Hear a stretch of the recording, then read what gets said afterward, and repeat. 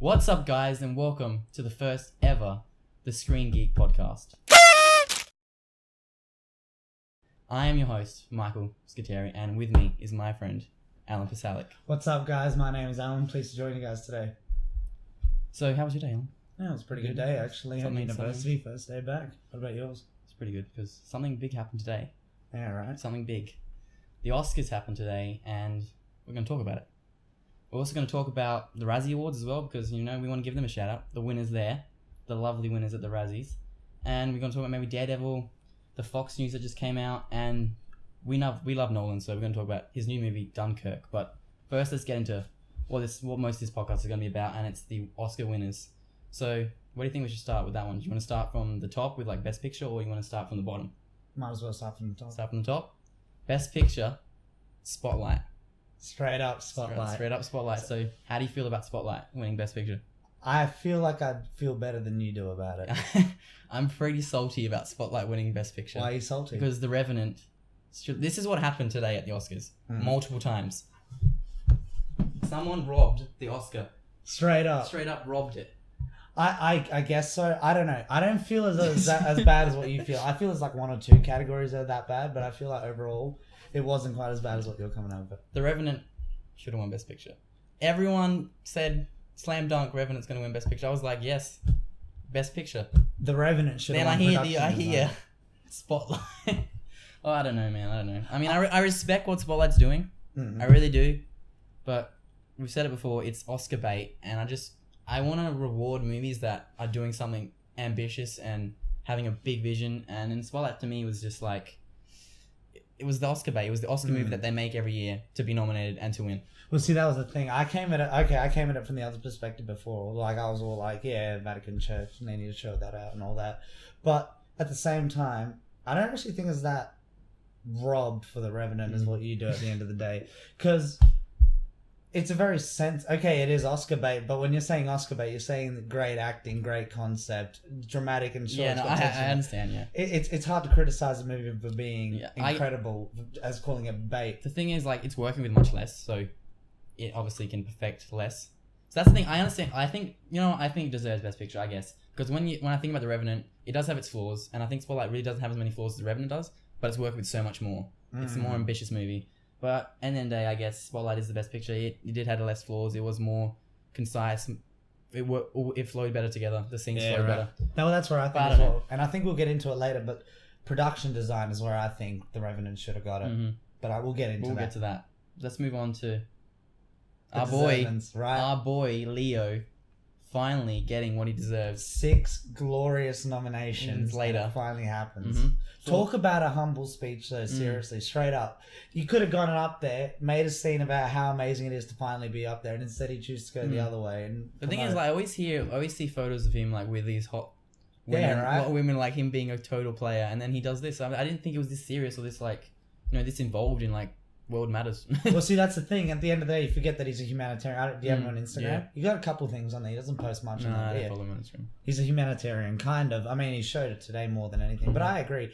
I would have liked to have seen him bask in the fact that he's a little bit, like, at least make a joke about, like, entertain the people watching. Like, he just was so serious, and it's kind of like, wow. I mean, okay. Yeah, right. Exactly. It kind of took away from the moment of, like, Leo's finally won this award, and it's like, and I was kind of like, I was still happy for him, but exactly. Like, he was humble about it at the end of the day. That's what I respect about him most of all. But look, I've got his nominations up here. So he's been nominated for What's Eating Gilbert Grape, The Aviator, Blood Diamond, Wolf of Wall Street, and now The Revenant. And he finally gets it. And that's not even to mention all the performances that he's produced throughout his career. It's just he's an incredible actor in himself. I definitely agree. And it was about time. I mean, I think he should have won it for The Departed. Like, how many years ago was that? Like 5 years ago? It's been years. Personally, Blood Diamond, I really liked him in Blood Diamond. He's good in everything. It's like, I think holding that Oscar away from him has allowed him to develop further as an actor. Maybe. And it really came across in that movie. Straight up, he took away something that a lot of actors need, which they're talking, and he still made such an incredible performance. And I think he's one of the guys that really doesn't actually care about the Oscar. Like, I feel like he actually doesn't care about the Oscar. That might even be shown through his speech as well. The fact that he wasn't like, oh my god, because like it's not a big deal. He knows he's a great actor. We all know he's a great actor. Yeah, of course. Like, I mean, a trophy versus universal praise of what you're doing is it's so much more valuable. At least that spot on the shelf's filled though. All right, well, that's an actor. let's move on to actress, which Brie Larson won. That is really convenient because that's the only one that we've seen besides Brooklyn. Yeah. But Exactly. It works really well. So we watched that movie yesterday, and at first, I don't know about you, but I didn't really see the complexity in her character. I was just like, okay, as a performance, mom's losing a kid. But the more I lamented her, the more I thought about it. It's insane how our perception of what she is changes throughout her the character movie. development is very fast, and like I've said before, like I thought the whole movie was going to take place just in the room, and then it's surprising when it wasn't. They got out of the room, and then when her character develops further after getting out of the room, Beyond the room, exactly. that's when I think she comes into her own, and that's when the Oscar comes. That's when she gets the Oscar. Exactly right. And by far that when she sees her kid, Jack, was it? Yeah. Jack, for the first time. You mean after? Yeah, when she's running out into the car and she's giving her a hug, she's sobbing. I was like, that is a mother that has lost her kid and has got him back now. Yeah, I agree. And seeing the world for the first, it was a great. Looking back on it, it was a great movie, and she really did truly deserve it. Yeah, I agree. I mean, who else was up for it? Brie Larson in her category. Alright, I'll get it up now. Yeah.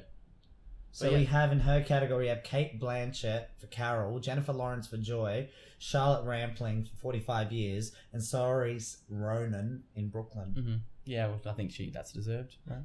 I haven't, like I said, I've only seen Brooklyn, and I really didn't like Brooklyn out of them.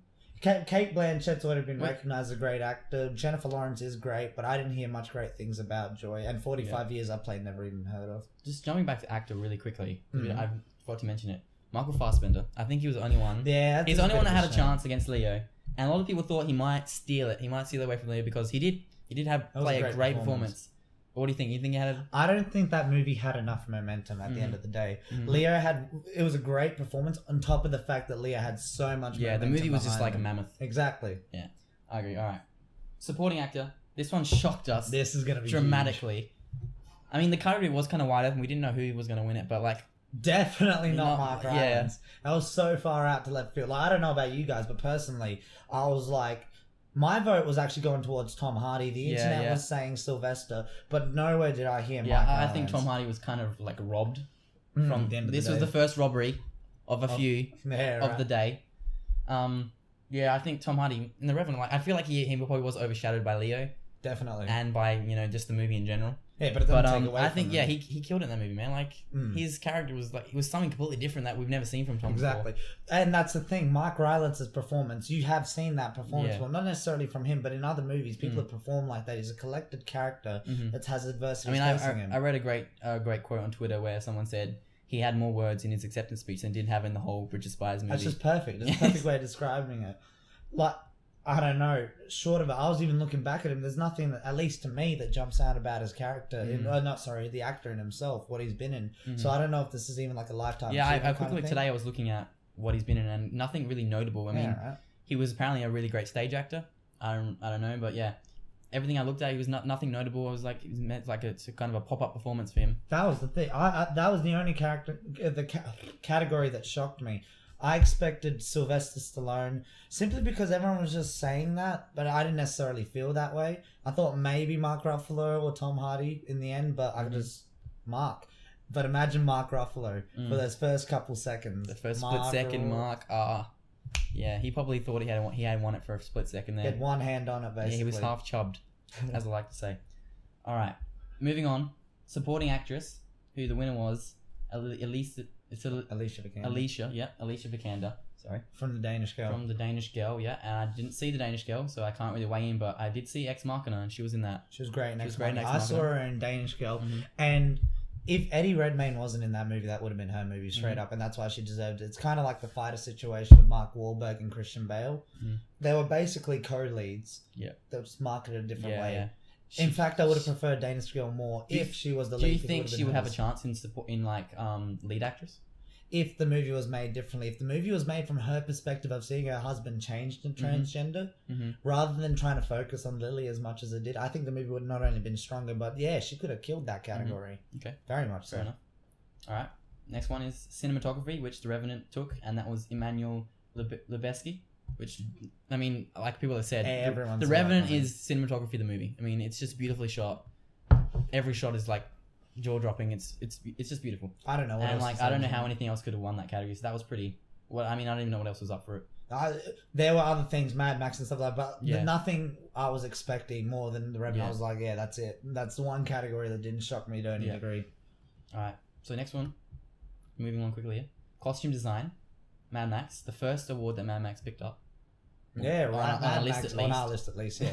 Mad Max had a great award season, seriously. Costume design, film editing, makeup, production design, a couple smaller ones as well. Like, far out. Aussie represent. But the thing is, like, it's not one that was significant. I feel like it could have had a more significant award, but, you know, five Oscars, it's nothing to laugh at. Nothing to joke about. It's a lot of Oscars. I get it, but it's missing that one Oscar. It's missing the best director or, like, best picture, you know, the one you really, really want to get. Which went to Alejandro Inarritu for The Revenant. This yeah. is where we're going to butt heads and we're not going to really agree. I think The Revenant was a great movie, but personally, I think you could have grabbed a handful of directors. They wouldn't have done the same job as Alejandro, but they would have produced a movie that still presented Leo a certain way, presented Tom Hardy a certain way, and the scenery a certain way, that would have got the movie to a certain point. So, yeah, I don't believe that one because, first of all, I'm pretty sure, I might be wrong, but this was Inarritu. He wanted to make this movie. This was his idea for starters. So the first movie doesn't exist without him. We start from there. So I don't know. I feel like his passion, his drive to keep taking it further and further and further. He went over budget. They spent days and days and days out in Canada. I believe it was Canada, in the cold. You know, I mean, other directors won't do that. They just won't stick it out like that. Yeah, but what you're bringing up there is production design, and I believe that The Revenant was robbed from production design. But the actual directing in itself, a lot of those shots were a little dragged out, ever so slightly. It was a bit slow, whereas the Mad Max in itself was just so fast paced. I could not see another director doing that good of a job, and that movie getting 5 Oscars. I wouldn't see that movie getting 1 if you took George Miller out of the situation with Mad Max. Whereas I can still see The Revenant getting something. Well, the thing is with the Mad Max, the awards it did win don't really reflect George Miller at all. Like costume design, I mean, I'm sure he had a hand in it, but he didn't design the costumes. He didn't edit the movie. He didn't do the makeup. You know what I mean? So this is where I think I might be getting confused. The fact that the film editing was so on point and it just did so well. I think I might be mistaking his directing for the actual film. Yeah, I mean, it is so fast. It's hard to tell what's going on. Exactly. Because a lot of it, I don't know if you've seen the film theorist on YouTube, he talks about a lot of the focus is actually in the middle of the screen, and that's actually not that hard to set up and keep for a couple seconds. Yeah. And when film editing is jumping all over the shot, yeah, exactly. I guess the directing can get lost in there, so I might be confusing something from another. But I'm not saying that Inarritu didn't deserve it, because it was a hell of a win. And I'm pretty sure he's the first director, and it's been decades now since two in a row, and he got 2 in a row. I'm excited for what he's got next coming. Yeah, right. I mean, Birdman. He's taken a complete different turn. He popped out of nowhere with Birdman, and Revenant. You predicted it like a year ago. You said to me, "Watch out for this movie, Leo, Inarritu. It's gonna be something special," and it was. But he went from directing a certain type of movie. Did you see 21 Grams? No. So it's but it's a certain type of movie to just freaking all the way over here into a completely different type. He seems like that's why I really respect him. He's a director that's like really wants to push the boundaries of what film can be. Like especially with Birdman, like trying to pull off the one shot that looks like one shot movie. You know what I mean? Yeah, right. That takes a lot of work, a lot of like precision. I respect, man. Yeah, and he was rewarded for it last time. Not as much this time, but still nonetheless rewarded. I mean, what did Birdman got, like 5 last time? Birdman cleaned up. Birdman cleaned up. The only thing that I'm worried about now is the fact that the movie didn't perform as well as what it should have at the Oscars, and necessarily box office, considering how much that movie cost them. I really hope that doesn't reflect in his next movie to the extent they make it. I think if you win Best Director twice, you've got nothing to worry about. Like, yeah, right. I think no matter what happens, I hope you're right. And there's such a buzz around him now. I think he's set. I hope you're right. And give him what he wants. And The Hateful Eight didn't go empty-handed either. No. Took the score home with it. Took the score.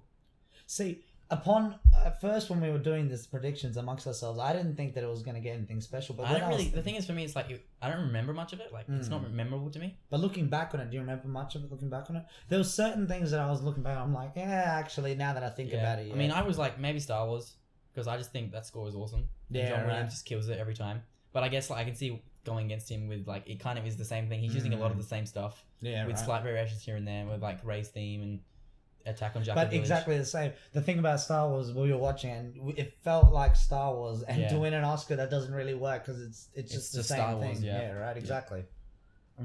And production design. So this is the one that went to Mad Max. So Mad Max still rightfully deserved, and so. But you were talking about before the stuff they went through for The Revenant. Like, come on. And just I think it looks like it's all natural, like it's just a forest. But I think a lot of that is very intentional. A lot of the stuff that is placed in the scenes is very intentional. Yeah. Right. And even stuff with like the horse, like the dead horse, like that's great production design. Putting that in there, making it look real natural. That stuff is really awesome. The natural light, but even stuff like that. I can also see the argument for Mad Max winning because that is a lot of production as well. Like those cars and the guy with the flamethrower. Like, well, exactly that. It's not like this is a sheer amount of robbery like the supporting actor was, but at the same time, looking back at it, I'm like, well, damn, it's not what I would have personally wanted. But at the same time, rightfully so. Mm-hmm. Yeah. So we got visual effects. Another robbery here. More like a left hook. Yeah. Really unexpected. I mean, we were talking about before. We don't really remember too much about X Machina because it came out a while ago. So thinking back on the visual effects, it's a bit hazy. So, but we thought Martian was like the one that was going to pick that up. We thought that was hands down. But just simply because his beard was CG.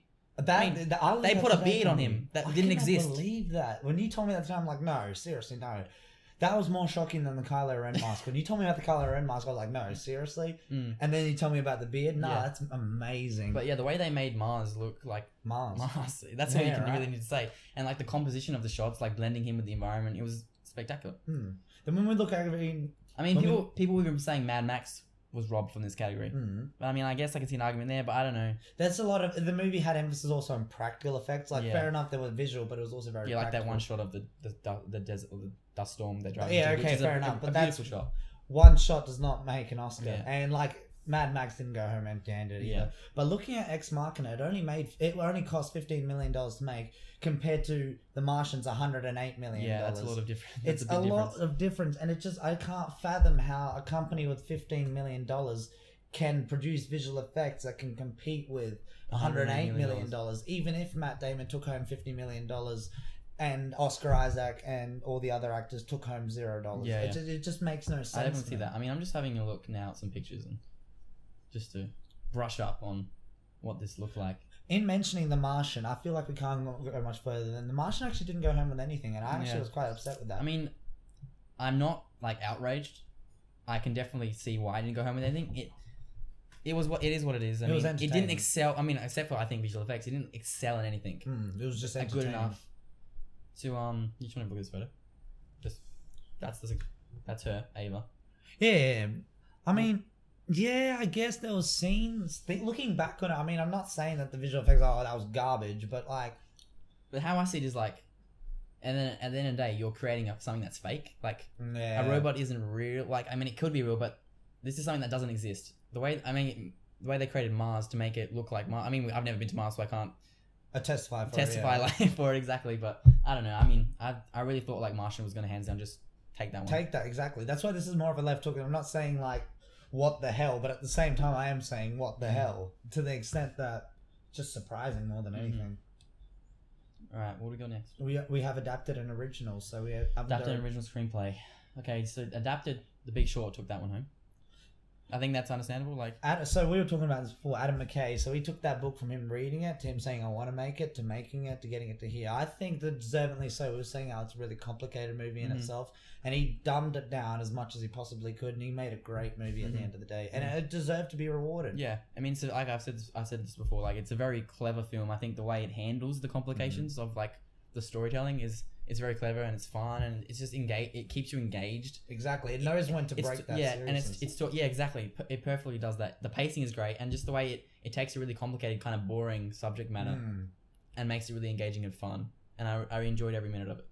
But I what's called fair enough credit to the actors, but I think a lot of the credit should go to Adam McKay. Yeah, like seriously. I mean, from Will Ferrell to this, that's what you need to say. He has completely broken that stigma. If he wants to do that, by all means. But I think this is his game changer movie. Like I think his next film is going to be like maybe Oscar worthy again. Or if he wants to go back that way, that doesn't matter. I don't think he will. I think at this point he's like, I've had a taste of Oscar noms. I want more Oscar noms. Credit to him because that was a really good performance from him.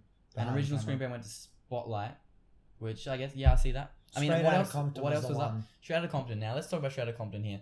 This was the only category that I actually thought Straight Outta... Well, it was the only one that was up for, and I actually legitimately thought I had a chance. That movie from the get-go, with that scene with EZ at the drug dealers, from there onwards, it was late. It was just so well focused. Took you along for the ride all the way. Had all of it. I would like to see it for Best Picture, really. Like, that would have been great. Replace the Bridge of Spies, replace Brooklyn. Yeah, replace Brooklyn. I mean, Straight Outta Compton was a great movie, man. It was just so good. So good. It had everything that makes up a good movie. And what made me really feel like it was a great movie is because I really had no interest in NWA or like even like this rap culture around in the 90s, and it made me so interested and made me feel so invested in this. And I was on the other side of the spectrum where I really enjoy rap music and stuff like that, and it completely did service not only to the rap, but to the characters behind the rap. All right. So next up, we have the Razzie Awards, which we thought we'd have a quick little shout out to because it's kind of funny. So we're going to start off here just with what got Worst Picture. So Fantastic Four and 50 Shades of Grey both collectively got Worst Picture. Both of them. Fair enough. So straight up off the table, I haven't seen a lot of these movies, and I think a lot of that's to do with the fact that they are so terrible. I can contribute to 50 Shades of Grey, which was just from book to screen, the quality did not improve. If anything, it went down the other way. Alexia was the only person I ever met that enjoyed either of the two. They were just terrible, absolutely terrible. Yeah. The only redeeming thing about the movie was Dakota Fanning's. Yeah, that's a good point. Yeah, I saw it and yeah, it's bad. It's not a good film. The chemistry is terrible between the characters. I mean, the writing's stale as hell. The directing is it is what it is. I mean, the best thing about it is the soundtrack, and that's hit and miss with the songs. I mean, like, what else was in the Worst Picture category was like Jupiter Ascending, Paul Blart, Mall Cop 2, and Pixels. I mean, that they seem they're all deserving of this category. I've seen Paul Blart 1. I mean, Jupiter Ascending is pretty bad. Yeah, what do you think of that? It's pretty bad. Yeah. Wachowski siblings. Yeah, from them. Yeah, going from Matrix to absolute they just keep shit. going now. Yeah, right? They haven't had anything since then. I saw Paul Blart Mall Cop 1. Even that one wasn't anything great, but it wasn't that bad per se. But nothing Funny about story it was about like... Paul Blart Mall Cop 1. First time I ever kissed a girl. Was during that? During Paul Blart Mall. That shows my age. But yeah, right, more than anything. But yeah, there you go. Like in the cinema or something like that. Yeah, in the cinema. Alright, yeah. Worst actor. And once again, 50 Shades of Grey with Jamie Dornan here. Fair enough. I mean, he's actually a pretty decent actor, but I think that movie just literally ripped everyone down with it. Yeah, right. Well, he was stubborn from the get-go. He didn't even want to get naked for it. He was like, because his perception of what that movie was. And once you don't care about it here, like, you're not going to give it your all, which, I mean... no one gave it their all in 50 Shades of Grey as reflected by the actual. The only thing they gave themselves. was the D. Yeah, right. And Adam Sandler, he can't just keep getting. I mean, we've already accepted in life that Adam Sandler is just handing out garbage by the pile. And I'm okay with that now. There was that point, there was a point in time where I was like, I don't know how I feel about this. I'm not sure if I like this. But now I'm just like, we're here, and we're gonna keep going. Exactly. We're gonna keep going. Not gonna change. Yeah. I mean, like, it's pretty much. Worst Picture and Worst Actor, they pretty much line up with the actors from the movie. And Channing Tatum, though, got nominated for Worst Actor. I mean, like, these awards are, like, taken with a grain of salt because they're kind of, like, not at all official. Yeah, they're just people, like, throwing crap into the categories. Because Channing Tatum is not a bad actor. Right. In the movie, he is. He's average. But, yeah, right. You know, Worst Actress, once again, 50 Shades of Grey with Dakota Johnson, who, again, is not a bad actor. And I don't think she was that bad, and she did what she was meant to do in the movie. Yeah, that's pretty much the story of the movie, is that they did what they were told to do. And what they had to do, and what they were told to do, was bad. Yeah, right. That's why I don't hold it to them. Mila Kunis as well, like, with Jupiter Ascending. Katherine Heigl, I haven't heard of her being in anything recently. But Home Sweet Hell, she was in. I haven't heard of it. Jennifer Lopez making her acting comeback with The Boy Next Door, which looked terrible from the few clips I saw. Yeah, right. And Gwyneth Paltrow, who looks like she's on the down. She looked like she's on the down for a while. In Mordecai, which I didn't see that movie. But everyone said it was pretty bad. Yeah, from the poster, honestly, when I saw, Johnny Depp standing on the poster all freaking duck-faced with that mustache, I was like, 0% of me wants to go see that. I even forgot that movie came out, more importantly. No. This next one, though, I didn't see Jupiter Ascending, but even I knew that the worst supporting actor in that movie was Eddie Redmayne. Yeah, and it's so funny because he went from winning an Oscar for Best Actor to worst supporting. Yeah, I mean, once again, it's one of the things like, You say you can't fault the actor, but you kind of can because, like, why did they take that role? Exactly. The movie was clearly bad. I mean, maybe it looks promising, but then they got on the set, and at some point you can't just quit. I mean, there has to be a way, but you can still portray yourself in a way. Like, you can't come across. I mean, all he was like. I haven't seen it, but I've seen clips, and just the voice. I was like, this is excellent. It's almost worth watching it just for that. Yeah. All right. Worst supporting actress, Kaylee I can't pronounce her name. Goddamn. Yeah, right. From Alvin and the Chipmunks. You know, she's from Big Bang Theory, which everyone knows her from, and she was in the Alvin and the Chipmunks. There you go. Yeah, I don't have much to say that. Julianne Moore, worst supporting. In Seventh Son, I heard terrible things about that movie. It was meant to come across as good, but apparently it was too up itself, and then it just blew up in its face. Fair Fair enough. Rooney Mara, which she's a good actor as well, but in Pan, and Pan was pretty bad. Sounds like Teen Spirit in the movie. Just yes, sweat I it know. out right. That was really weird. Worst remake went to Fantastic Four. Straight up, I didn't go watch it because I heard of the things that happened to it. I was actually very interested in this movie before it came out. Like the trailers got me like excited. Yeah, right. How awesome were they? I thought the tone was really cool. Like I thought that what Josh Trank was doing was kind of cool. I loved his Chronicle movies. Exactly. So Coming great. from Chronicle, I was like, this could be cool. Like him taking this on could be really cool.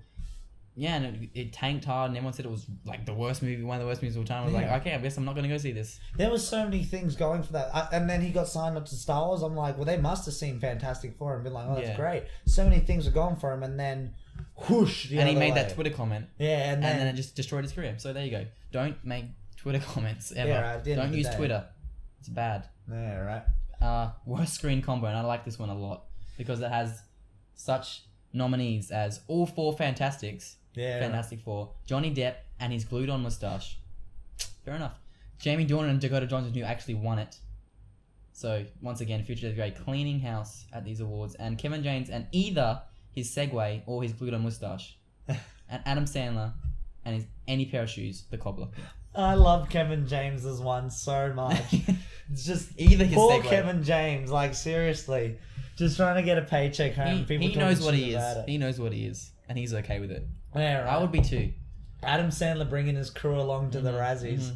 Can't get there without now, Kevin speaking James. of Josh Trank, he got worst director. There you go.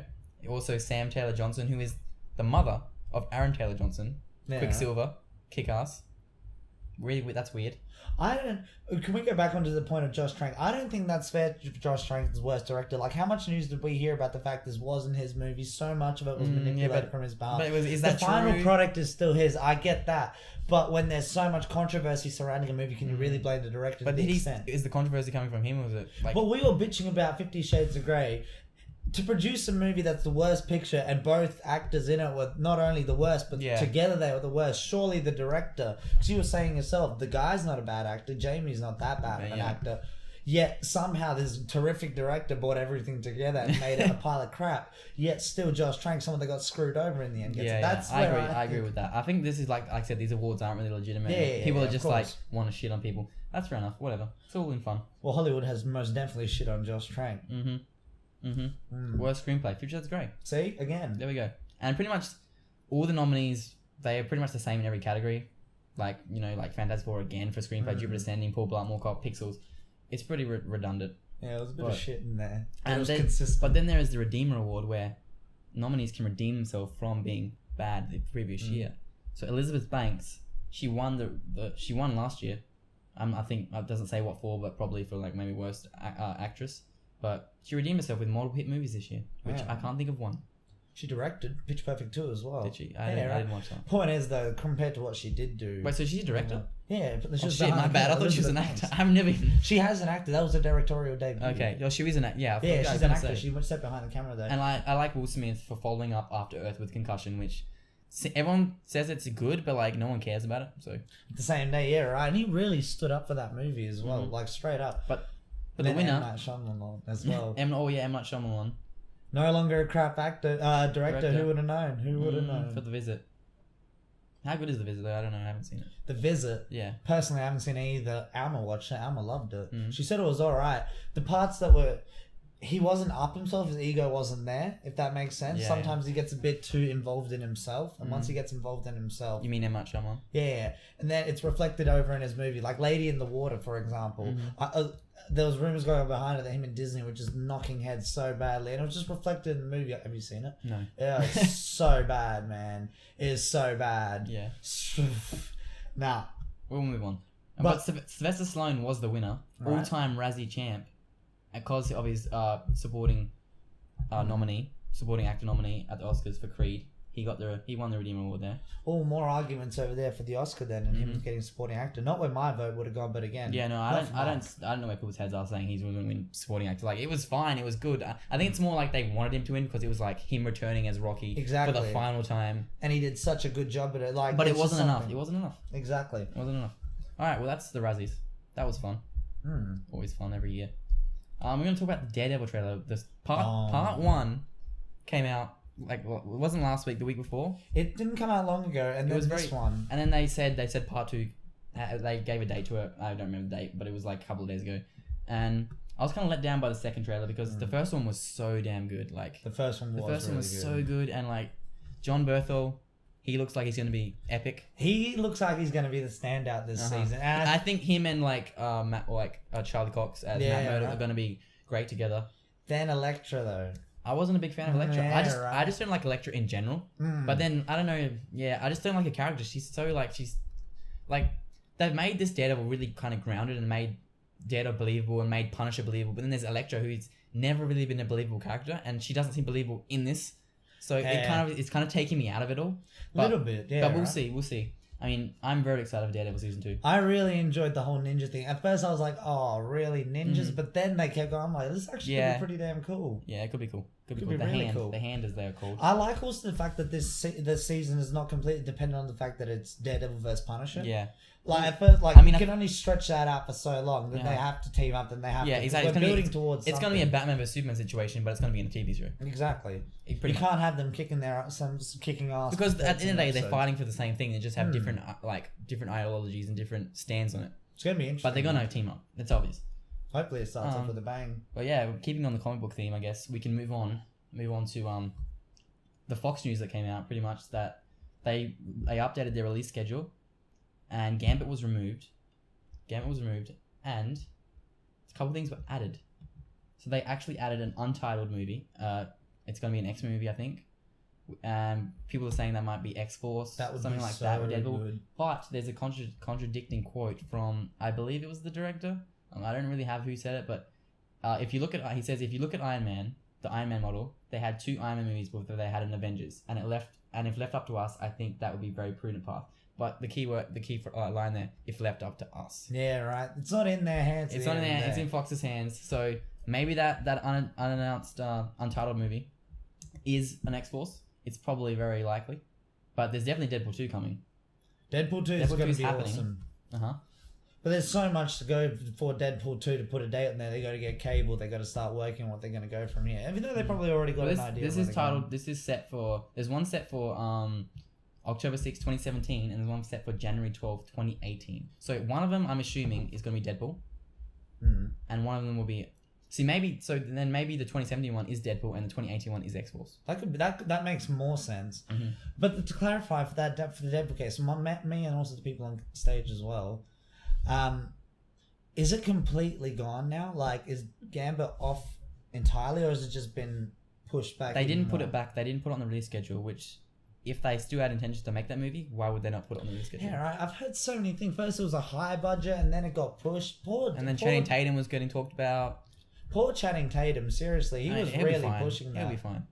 He really wanted that, though. He's an attractive man. He'll be fine. I'm not coming from that aspect, but I don't know. Yeah, I know what you're saying. It would have been interesting to see what he could have done over there, especially when he wanted it to be so good. Yeah, keeping along with the Fox and thing, they released a bunch of news. So, Alien Covenant has been moved up by 2 months, which I'm pretty excited about. I mean, Neil Blomkamp is still attached to that, I believe, right? No? Nah, he was on the Alien project. This is just straight up Ridley Scott. This is Prometheus sequel. Alien Covenant? Yeah. Really? No. They changed the title of it. Oh, yes. To make it more encompassing. How good is that, though? And especially considering The Martian and that he's back in form, it makes me all the more excited. Because how did you feel about Prometheus?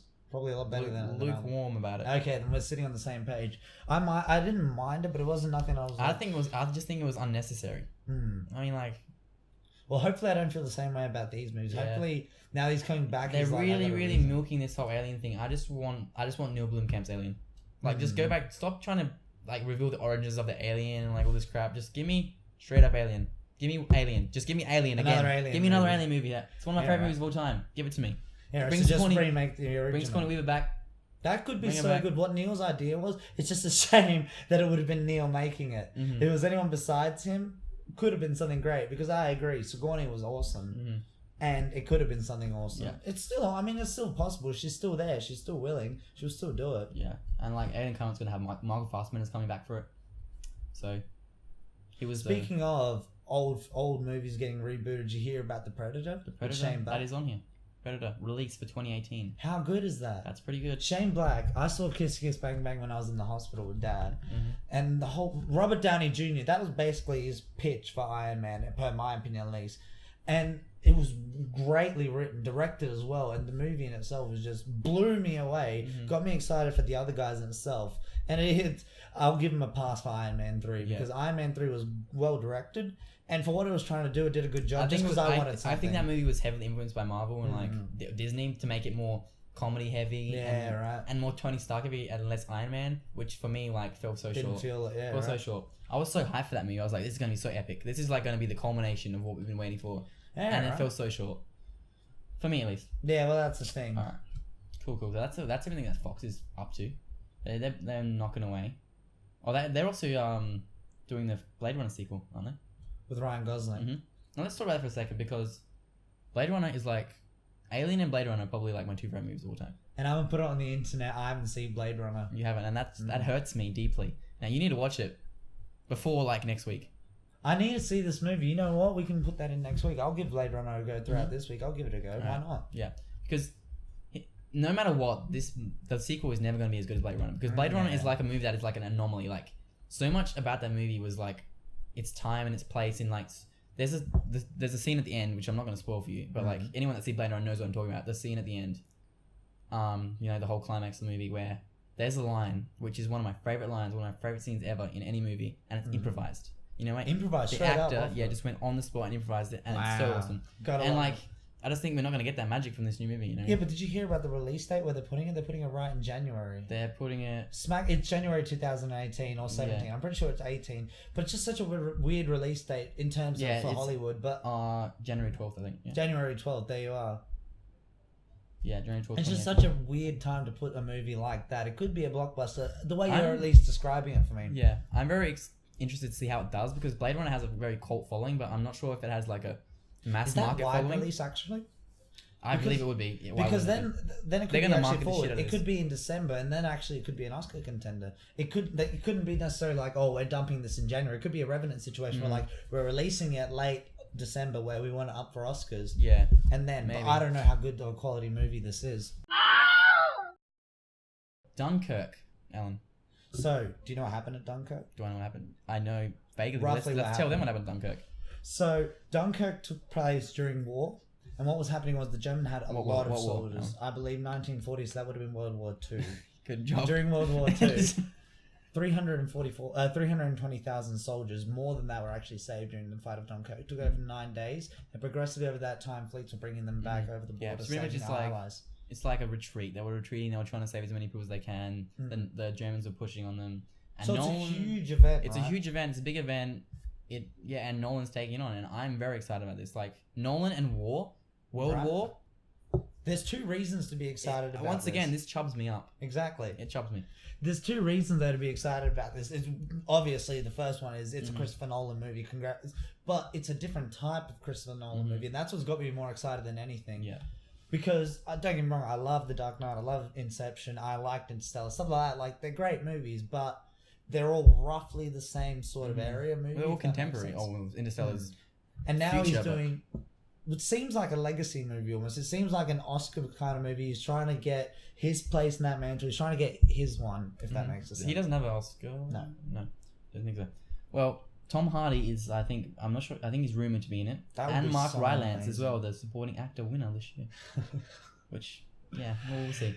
Yeah, right. Well, he was a good actor. Putting Tom Hardy in this seems like a good call. That is going to be great. I love Tom Hardy. Anything he's in, I love. Yeah, right. He does no wrong for me. Most recently, I saw Bronson far out. When you described me that movie, and I saw the poster and he's just fighting, I was like, that stance, I'm like, this is going to be some sort of boxing movie. It doesn't look like something I want to watch. Yeah. I put it off for like, I don't know how long. And then I saw it and I was like, wow. Yeah. Completely wow. It's just something that I was not expecting all the way. Like, he didn't even get nominated, and he didn't get any recognition for that movie. Yeah, right. And that was an amazing movie for him, at least.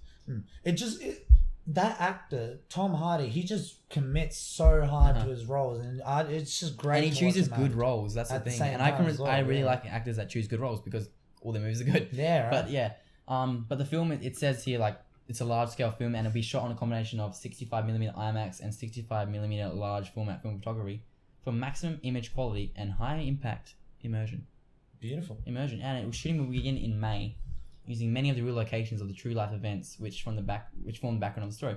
And I was reading about this, and Nolan wants to use as little effects as possible, visual effects, and he wants to keep it really authentic, really natural, doing a kind of like a Revenant kind of thing. And he's even like trying to get like real boats from World War II, to get them in there, like refurnish them and that stuff. So that seems really promising. And Hardy, I'm excited. I am genuinely excited for that. I feel like the combination is great, the director is great, the concept is great, and also he knows what it's like now to get a punch in the jaw, because fair enough, I enjoyed Interstellar, you liked Interstellar, but there was a lot of reception to it that wasn't so positive. Mm-hmm. And so it kind of grounds a person at the same time. Like, it kind of makes you... Will Smith had that as well. You feel like you're up here, and then for a second people remind you, at the end of the day, you're still a person, and like... And once again, like, with all these movies, he seems to write the script for them, and he's writing the script for this one, which I respect that. And he's producing it with his, his company. What's it? Syncope? Syncope, yeah. It's gonna be good. It's gonna be good. Really good. Everything's good. He doesn't make a bad film. Some better than others. He's batting 1,000 still, though, nonetheless, at the end of the day. Definitely. But that's pretty much it for this episode. Yeah, right. First podcast. Pretty good episode. We had talked about a lot of stuff. Pretty good stuff. Yeah, right. Thank you very much for joining us, guys. Thanks for watching, guys. I mean, this is our first try at it. It's probably really rough. Probably not that great. But if you stuck around this long, thank you. Like, seriously, holy crap. Thank you so much. I mean, like, all that stuff. Like, subscribe, whatever, if you want. I'm not going to force you. I can't physically force you. If I could, maybe I would. Maybe I'd touch you a little bit. Not sexually. Just a little bit. Not sexually. I was going to say, we're going to have to get rid of that part now. Damn it, man. We're not going to have to cut it. It's fine. They're big boys. I know what we mean. They're big. Yeah. All right. Cool. Thank you very much, guys. We'll see you next time.